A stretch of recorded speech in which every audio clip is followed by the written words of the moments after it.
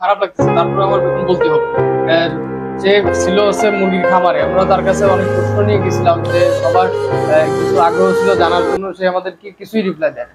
যার কারণে আমরা হতাশ হয়ে ফিরে আসছি। এখন সে ঘরে এসে যে সুন্দর একটা বাচ্চা দেখেন বসে বসে খেলা দেখতেছে, ঠিক আছে গাইজ, বাংলাদেশের খুব ভালো একটা ফ্যান, ঠিক আছে, অসাধারণ একটা খেলা চলতেছে, সে এসে তাকে ঝাড়তেছে। দেখেন ক্যামেরাটা এখন আমার কাছ থেকে কেড়ে দিয়েছে গাইজ, ক্যামেরা যদি কেড়ে নেয় এটা তো কোনো সমস্যা নেই, আমার কাছে তো আমার বয়া আছে নাকি গাইজ, স্পিকার তো আমার কাছে আছে।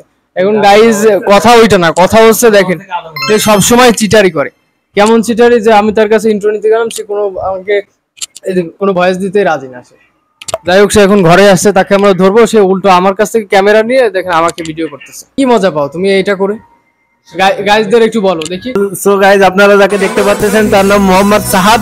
সে সারাদিন নাটক দেখে, সকালে ঘুম থেকে উঠে আবার নাটক দেখা শুরু করে, রাত 4টা পর্যন্ত নাটক দেখে, আবার ভোরে ঘুম থেকে উঠে আবার নাটক দেখে। ওর কাজই হচ্ছে সারাদিন নাটক। এটা কি তার ডেইলি রুটিন?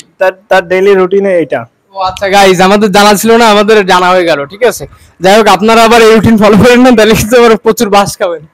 মনের সুখে ভিডিও করতেছে, পাগল পাগল নাটক দেয় কি দেয়। আচ্ছা ঠিক আছে, তোমার সম্পর্কে তো সে অনেক কিছু বললো, শুনলাম। আমরা এখন তার সম্পর্কে কিছু শুনি। সে যে আমাদের ক্যামেরার সামনে কোনো ভয়েস